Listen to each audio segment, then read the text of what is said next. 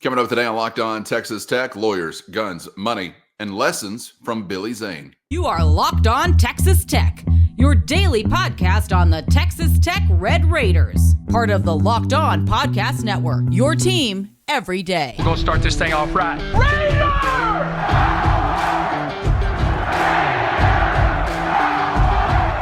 Everything runs through Lubbock. Great to be with you again on Locked On Texas Tech on the Locked On Podcast Network. Your team every day, always free and available on YouTube or anywhere you get podcasts. And today's episode brought to you by Nissan. Are you the kind of driver that likes to push things just a little further? Ever wonder what adventure could be around the next corner? We'll take the Nissan Rogue, Nissan Pathfinder, or Nissan Armada and go find your next big adventure. Check them all out today at nissanusa.com. With the only Chris Level, I'm Casey Cowan. Chris, great to be back with you, my man, and a couple of interesting things to dive into on today's episode. As we got into the departure, at that time impending, now official, of Texas Tech assistant basketball coach Dave Smart. Before we're out of here today, we will revisit that conversation and look to life after Smart as you look to fill those shoes. We'll talk about some profiles, traits, candidates, etc., that Grant McCaslin may have on his radar, but wanted to kick off the conversation today with something that has been simmering for a while, possibly to come to a boil here relatively soon. We have been distracted by other matters, so have not had a chance to quite chew on this one, but obviously it could impact Texas Tech because it could impact the Big 12 Conference, and that is some of what is going down in Atlantic Coast courtrooms. Also Dallas, Texas. I don't know. Just want to throw that in there. Berkeley, I'm not sure exactly who all's on the list at this point in time. But either way, you may have noticed that the attorneys have now gotten involved. I don't know if the guns or knives have come out just yet, but it's getting pretty serious as far as the ground that the ACC stands on, Chris, being unsteady. And I think we knew at some point in time there was going to be, a point that this came to a head and you either find a resolution or you find some departures. And then it really gets interesting for a league like the Big 12 Conference, who has somehow, some way, against long odds, found some stability at the end of this most recent realignment go-round. And I was curious, how much some of this so far had gotten your attention, because I know for a lot of us, we've gone through these experiences before. And it's kind of like, I don't know. That may seem like a long shot. Then it's like, oh, they are actually talking about it. Oh, well, this is being reported by several national outlets now. Oh, Texas and Oklahoma are leaving the league. It kind of snowballs. And I'm wondering sort of where you think we may be in this snowballing process at this time. Oh, the realignment toy. Time to pick it up and play with it for a bit, right? Always fun. Geez, man. It's like it just never, ever stops.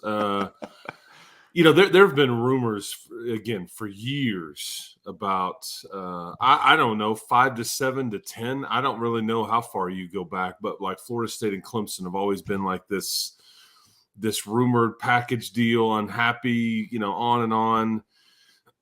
we all know that the ACC television deal has been a bad deal comparatively for several years, and people are frustrated about it. Then you have Florida State getting left out of the playoff, and then there's lawsuits, and now Clemson is suing everybody. The league is suing these schools back. It just seems like a wonderful coexistence for everybody out there in the ACC. I mean, and I thought. Florida State has really pushed the envelope here on really trying to get into grant of rights, really trying to pick and poke at the semantics of the way that everything is written on, what they are responsible for, what the ACC is responsible for, and then ultimately what they can just feel like they can walk away from, like, you don't own us. I mean, all these things, right? So, right. But what was supposed to kind of calm this down is that the college football playoff had agreed to a format-ish, okay, have agreed to money. And, it wasn't lost on me that, like, Clemson, I think, fired off this lawsuit, last week, and it's days after. I mean, maybe there's no dots to connect, but timing was interesting. Oh yeah. Yeah, that they fire out the lawsuit days after, everybody agrees to what money you're going to get depending on what league you're going to be in for the next 6 years or whatever it is. And the ACC was just slightly better than the Big 12 by like $1 million, I think, dollars per school per year. So I think the ACC schools are getting like $13 million a year. The Big 12 schools getting $12 million a year, and then I think Big 10 and SEC were getting like 21. Okay, so I thought that a lot of this would just calm down, and then I asked enough folks that would know, like, what happens if somebody now bails out from one league to the next, And it was explained to me that there is verbiage in the college football playoff. There is, the thought process all along was like, we're going to draw this up. We're not drawing it up with the intention of trying to realign or shift it. We want it to be stable. And so with that being said, I think if somebody were to switch leagues now, I think that their current conference's share goes with them. And what I mean by that is, if you're Florida State and you go to the SEC, the Big 10, the Big 12, you're still going to get your $13 million for the duration of this of this contract. So I thought that part was interesting. Yeah. Okay, it's not like you're going and ultimately here, I do think the ACC's in trouble. I do think that I'm very curious about where it goes from here and big picture. I think that the Big 12 is going to be involved. I think that I'm curious about where Florida State and Clemson go because it's a bit mixed out there. And I think that most people are writing, and I think they're dead on, based on so many different things, that like the University of North Carolina is kind of a linchpin into a lot of this, and the ACC and kind of who goes where because of their academia, athletics, on and on, and their location. I think I don't know if anything is close to being imminent, but I think that you've had a commissioner in the Big 12 that has had his, he's in the middle of all this and is trying to follow it very closely, because I think the Big 12 could potentially strike. And I think that the ACC is vulnerable a bit here. When you start suing institutions and institutions are suing you, something has to break, right? They had to add SMU, Cal, and Stanford. I mean, if that doesn't speak, I think, and I may be, again, this is how attractive those options were. I may be forgetting somebody or mixing somebody up, but if that doesn't speak to vulnerability, I don't know what does. And yes, we must bask in the glow of North Carolina academics, home to one of the biggest student athlete academic fraud cases in the history of college sports. I guess we all forgot about that.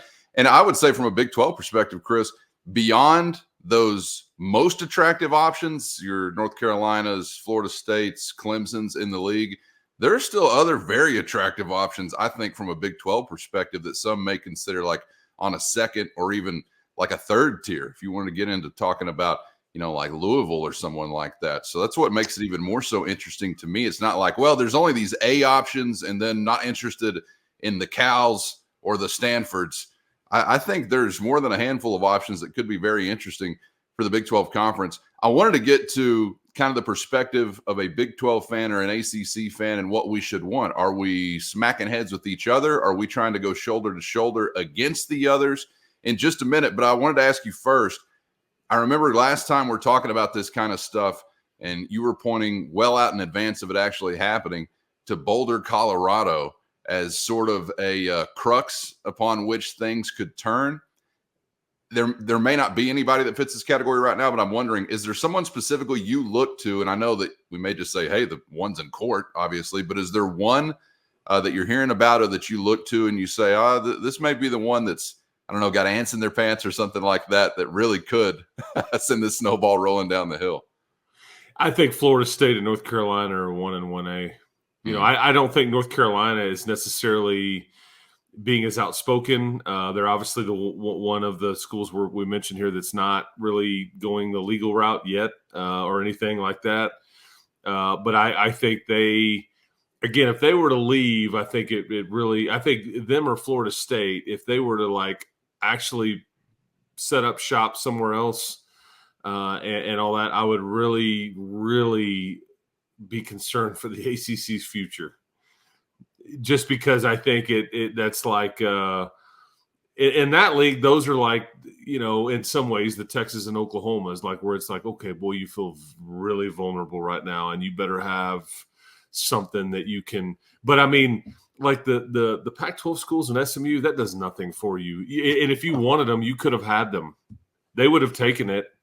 Everyone, all three of those institutions, they would have taken a Big 12 offer in a heartbeat and been thrilled to get it. And that's really not even the West Coast. I thought they would die on their stack of academic books before going to the Big 12. SMU, but I think at the end of the day, had that been offered up, which it wasn't, and maybe there was never going to be an offer because they felt like, okay, they don't really ultimately at the end of the day want to do this, or they're going to come kicking and screaming or something like that. Maybe that just wasn't gonna ultimately ever materialize. But I think when they looked at their options, I think that there were probably times where absolutely, if you just said, hey man, we'll make you whole, let's do this, I think they swallow some pride there and say, let's do it. Interesting.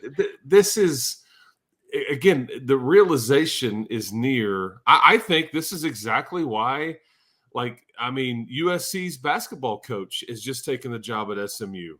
Yes, that was interesting. It's some of the realization of everyday life and the travel and the way that, these jobs are changing, these leagues are changing based on what all is involved. And I just think that it's all been a theory and a graphic on a computer screen at some point, but now the reality is about to set in this next academic year, with all the travel and all those things. Yep. But I just think, though, back to the answer your question, Calvin, if Florida State or North Carolina were to ultimately bail out or somebody, if they start agreeing to unequal revenue sharing, I think somebody bails out. And interesting. And then I think that I really wonder about the future and what direction you would go. If you have any inkling, and you already do, I think if you're Brett Yormark, you're going after Florida State and Clemson. That's what you're going after. If hey, like what if is there something here? Would you be interested? And they may go, kick rocks. We're only leaving if we can go to the SEC, the Big Ten. We want a big payday. We see you as a lateral move. I don't know what they'd say, but that didn't stop Brett Yormark from going that route.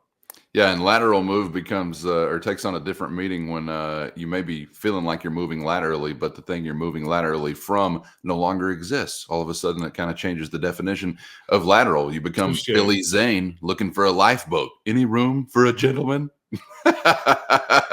Before we move on, though, is there a more unlikable character in all of cinema than Billy Zane? You didn't root for Billy Zane? I found myself pulling for the guy at the end of the day. When he turns over that breakfast table after that one little dinner they had, Chris, I wish you'd come to me last night.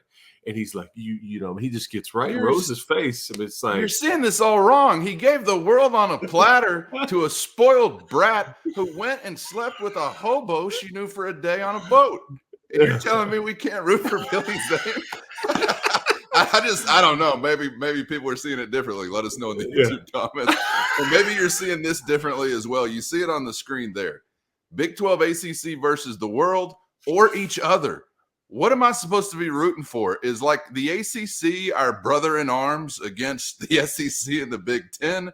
Do I want the ACC to crumble to therein give the Big 12 an opportunity to maybe further stabilize? Is this an easy answer? Or are there some conflicting opinions? What do you think about that kind of thing? I love the way you word it. Okay. So part of me personally wishes everybody just call a timeout and just sit tight for a bit with some of this new look stuff. Let's kind of get into it and then kind of see where it's at. but I don't think that that's the way this will play out, unfortunately. And so this stuff is cutthroat. I don't think it's ACC as much as like versus Big 12 as much as it is the Big 12 going to seek any and every opportunity to try to benefit, grow, enhance their image, population. I mean, whatever. And I think Brett Yormark continues to stay in contact with ESPN and Fox. I'm kind of fascinated by all these different contracts that you're now agreed to and all that. Like, if you add, do they get full shares? If how does all the money start to flow? Because that's really how you have to follow it. But yes, ultimately, somebody may jump off the ship and say, "Hey, man, this thing's going down. It may be a lateral move, but at least I'll be on a boat." Even though maybe, hit it again. But like the poor guys, like with the cello, and he's just like they're out there playing, and people are just jumping off, and he's just like, "Okay, let's get it, boys." Wild scene there. Run it back. Encore. I did not wake up this morning thinking that we would go this route with the Titanic, but hey, man, I love it. Many life lessons to be found in the story of the Titanic. Yes, absolutely. Why did they want Mr. Guggenheim and Vanderbilt or somebody like that to fall? What secrets did they hold? That's a whole nother YouTube channel. Yeah. We don't have to answer those questions here today. Yes, but it is. It kind of sounds like there is no motivation to link arms against the others, because that's not really the scenario we're in right now. And it doesn't have to be so much that the Big 12's trying to destroy the ACC either. It's kind of like natural events unfolding, I guess. And the Big 12 wants to be in a great position to pick up some of those pieces when those natural events unfold. First, this week's March Madness Bracket Highlight brought to you by our friends at Nissan. Each week, we're picking one team that's standing out, a team that's pushed it further than the rest, just like any of the all-new 2024 Nissan SUVs. These guys were able to take it to the next level. Today, again, at our expense, the NC State Wolfpack goes the way of the Nissan Rogue, continuing their surprise run now into the Sweet 16. They say win life, go Rogue, and that's exactly what the Wolfpack continue to do. Take the Nissan Rogue, Nissan Pathfinder, or Nissan Armada and go find your next big adventure. Shop NissanUSA.com today. Today's episode brought to you by Bettor Together. Daily fantasy sports players, listen up. Are you tired of the same old daily fantasy grind? Make a roster, cross your fingers, hope for the best, all alone? Well, Bettor Together is here to shake it up as the first cooperative daily fantasy platform where teamwork makes the dream work. Got a friend who's a fantasy shark? Play with him, not against him. Use him to your advantage. It's a great way to stay connected with your sports crew when gone are the days of watching games together when, work, marriage, newborns get in the way. Pick more or less on real-time player stats, strategize with the bros to boost your odds, and watch yourselves climb up the leaderboard together like Rocky and Apollo. Download Bettor Together now from the App Store and sign up using our promo code LOCKEDON for a free $5 entry into any NCAA basketball contest. Remember the code LOCKEDON, because winning alone is fun, but it's better together. Calvin, I think there's some people that ultimately believe like the conversation that you and I are sitting here having is a waste of time. That they feel like, that they feel like that this Big 12, this ACC talk about, doing this or that, that ultimately at the end of the day, whether that day is in a year or 10 years, it's going to be like the Big 2. Yes. And so talking about the Big 12 or ACC's future is just a waste of time, because ultimately, like some schools are going to get scooped up by that league and this league, and they'll just be the Big 2. I don't know if I envision that happening soon. I guess I'd have to get into what my definition of soon would be, especially considering that you've just agreed to some contracts, not just the Big 12 with TV stuff, but like your CFP stuff is now, and so I do think that generally it will calm down a bit. But here we are sitting here talking about, people suing each other and all that. So I'm not trying to like keep my head in the sand and thinking like, oh yeah, we're sitting here talking about the Big 12 scooping up ACC schools. Folks, there's not going to be a Big 12. That's what some people would choose to believe. I understand that. And you're saying other people. I thought for a second you're telling me this is a waste of time. Let's go do something. Let's have breakfast or something. Other people, other crazy people who have no sense and don't understand the value of a podcast conversation, free and available every day. We're also going to be all dead in 100 years, but I'm still going to find some breakfast to eat this morning. So you may say that's a waste of time. There are things that have to happen, but I don't. I do. I mean, I get that, and I do kind of feel like at the end of the day, it's very similar to the Pac-12 dissolution. And you still see so much of this, like, oh, the greed of USC, the greed of ESPN, the greed of the Big Ten. Oh, the Big 12, you played your part in tearing us apart also. And I'm sure we'll get the same weeping and gnashing of teeth from ACC country if it goes the wrong way. The greed of Florida State. You're missing the boat entirely. It's your fault. If you're one of those complaining, like you're an Oregon State fan or something, you're probably part of the reason why the Pac-12 couldn't make any money. Like, I don't think it was the Big Ten's greed that led to USC making zilch for their third tier rights while their other blue blood counterparts were lapping them by $20 million elsewhere nationally. That was the Big Ten's greed? Or was it just the sum total of 100 years of the Pac-12 not being worth anything TV revenue-wise? Like, that's our fault? It's your fault for not showing up more than the tune of 25,000 per game if you're Washington State or whatever. Like, I just get so sick of seeing those things, and it's mostly just like Twitter, the greed, the chaos, the sentimentality, the sky is falling. It's your fault. You're the one first that didn't care about Arizona football or whatever example you want to use, Pitt football. I mean, you're the ones that didn't care first, and that's how we got down this road to begin with. So I think we're probably going to see something similar play out there. The numbers are in for the ACC. You can't keep up. And I would tell you, for the most part, there was a time where I wondered, is the Big 12 going to find a way to avoid that same kind of fate? Somehow you did, because you do, when you get to that gooey middle, some of those second and third tier-ish kind of programs, you did wind up finding more people who care more about those programs in Big 12 country than in Pac-12 country and possibly ACC country as well. Wake Forest fan base, where you at?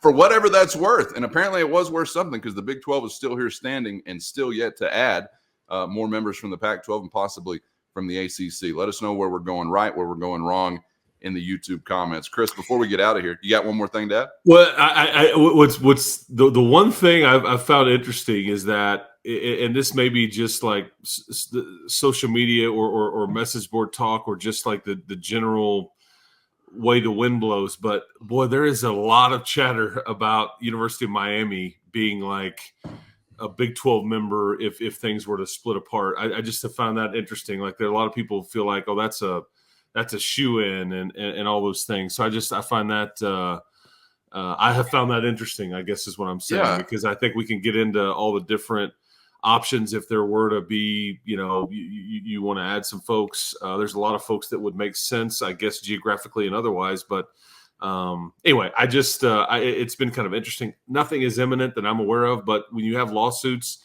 and people very frustrated and counter-suing each other, it's at some point something breaks here. And Central Florida, your neighbor in the Sunshine State, making as much or more money than you are. I mean, you want a very granular example of why some of this is setting in.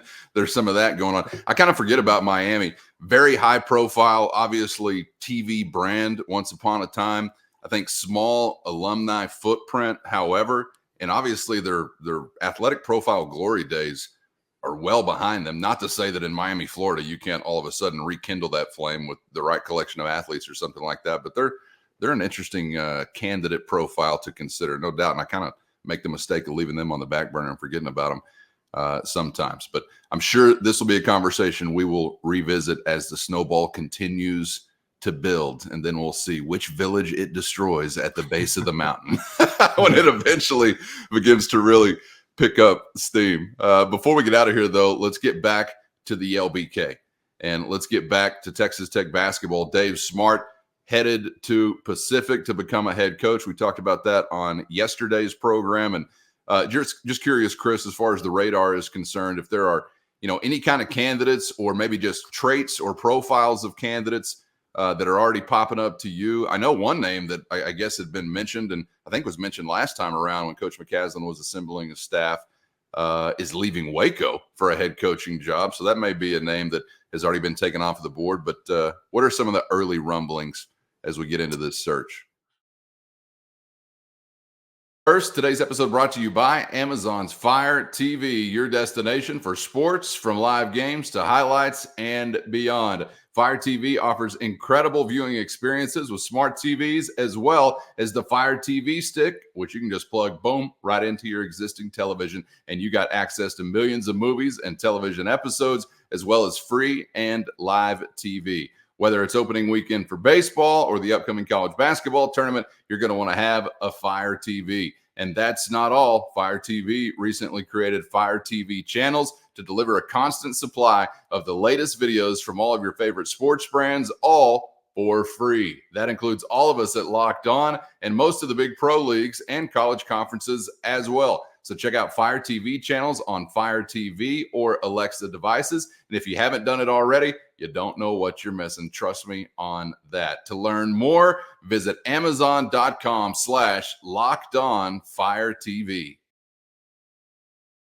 Yeah, I hate it for Texas Tech basketball that Dave Smart is going to be the head coach at Pacific. But I love it for him and his family. It's kind of one of those. These are always hard, man. Like you get quality, and it just seen it a million times with this, and when you're losing a good one, and you did here, just a good family and coach and all that, and so widely respected. Not to mention his basketball, knowledge and ability to teach and coach and kind of be under the radar a bit, which I think is an impressive trait, in this day and age. But as far as like what Grant does now, I think that is like, listen to what we just said in that, I think that the way they put their team together last year, because to be fair, this roster was largely put together, and Dave Smart wasn't really a part of that as much. He was just here and helped coach the pieces that were here. So he wasn't really a part of it. But, I think that everybody in mind, Grant specifically, is really about the right kinds of things, character, and then ultimately just wanting to win. It's not about, any one individual, whether it be a coach or player over there. And I think that that's kind of, so I can't see you going to get somebody that's got this wild and crazy personality that's outside the box and that's like going to take attention away from it. You follow me? Like, yeah. Not that you'll go find somebody that's like a blend in guy or whatever, but I think it needs to fit chemistry wise and other. And then I think that, depending on, and sometimes coaches switch this stuff up. I see it all the time, to where, okay, these were your responsibilities this season. This is how we were going to do that. You be in charge of scouting. You be in charge of defense. You be in charge of out of bounds plays. You be in charge of offense. You be in charge of this or that. You could adjust that. As it stands right now, you would need somebody that would be, part of the involved in every scout, and somebody that has a heavy influence on what you're doing on the offensive end of the court. That would, and I think that Dave was in charge of like substitutions, I think. And so those are kinds of the in season type stuff. And so, who knows what would be the best fit there. It's got to be the right personality. It's got to be somebody that you can trust. It's got to be somebody that, and here's the other thing, and here's the, I don't mean to say $1 million question because somebody may take me literally. Here's an interesting question to ask. Anytime that you have a hire to make, the way it used to be, well, who's tied to players? Mm-hmm. can we bring in somebody that's got a tie that it's like a package deal? Like, do we go find an assistant that's really close with a center that we were really fond of? You see what I'm saying? And so maybe that's not as big of a deal with NIL and with some of the things in the portal stuff as it used to be. However, I think we'd all be naive not to like want to or not talk about that part as a possibility. And who knows what Grant ultimately, he may just want the best coach, and doesn't worry about the rest. Or he may say, well, if we can, because I don't want to say that West Virginia just made a head coaching hire in Jared DeVries or DeVries. I'm not sure how you say it, but the head coach that they just hired, because his son averaged 26 a game and is a junior, and they get a 2-for-1. Like, okay, we're hiring a really good head coach. But you don't want to say that. You don't want to say that. Yeah. I don't want to say that either. Hey, there's a proud tradition all the way from Danny Manning's dad to Kate Cunningham's brother and all points in between. Like, hey, what family member wants to be a coach and happens to have a 5-star sibling or relative? Yeah. That. So we'll see. But I think I would gather that Grant won't be in any kind of hurry. I don't think you're near as vulnerable as you were like last year when you just didn't have pieces around you. You've got a full staff, and and we'll see if Coach Smart like takes anybody from this staff, like GA or otherwise. That's typically how that works too. Like you promote somebody or you get somebody that's whatever, and you say, hey man, you ready for promotion? That's the way that the industry works. Sure. And then with the Baylor losing, that's a big deal. Coach John Jenkins, like going to Florida Atlantic, I guess it was, replaces Dusty May. He's very well thought of. He is largely their defensive mastermind in Waco, and a lot of people have a lot of respect for the job he has done, and he's been sought after. And so, Scott Drew in the midst of trying to hire somebody as well. It feels like you did replenish your culture in a very fruitful and healthy way in year one under Grant McCaslin. Credit to his staff and credit to those players who took part in that. And so, you definitely want to find the right fit to hopefully keep that kind of thing going, because obviously that's where it all starts. Chris, appreciate the time as always, man. Good stuff on insights and perspectives here today. We'll be back on the other side tomorrow to wrap up the week, man. Looking forward to it. Sounds good. Easter eggs getting close to being dyed for all the young ones out there. So, man, get ready and make sure you keep an eye on somebody else's basket when you're roaming around, man. Maybe you can help yourself. Right. Billy Zane in Titanic would have been a stealing from the other. Stealing from somebody else's Easter basket. I'm just thinking of Brett Yormark with his Easter basket, looking over in the ACC basket, like, those eggs about to tumble out, or that's right. We can find some. Look behind that tree over there, and let me shake this tree and see what falls down. Is it candy, or is there money in there? Yeah. Is it a prize egg? Let's go. All right, man. Appreciate the time as always, and appreciate you guys for being out there. Make sure you're subscribed on YouTube or anywhere you get podcasts, so you never miss an episode. We hope to see you back for the next round on Locked On Texas Tech.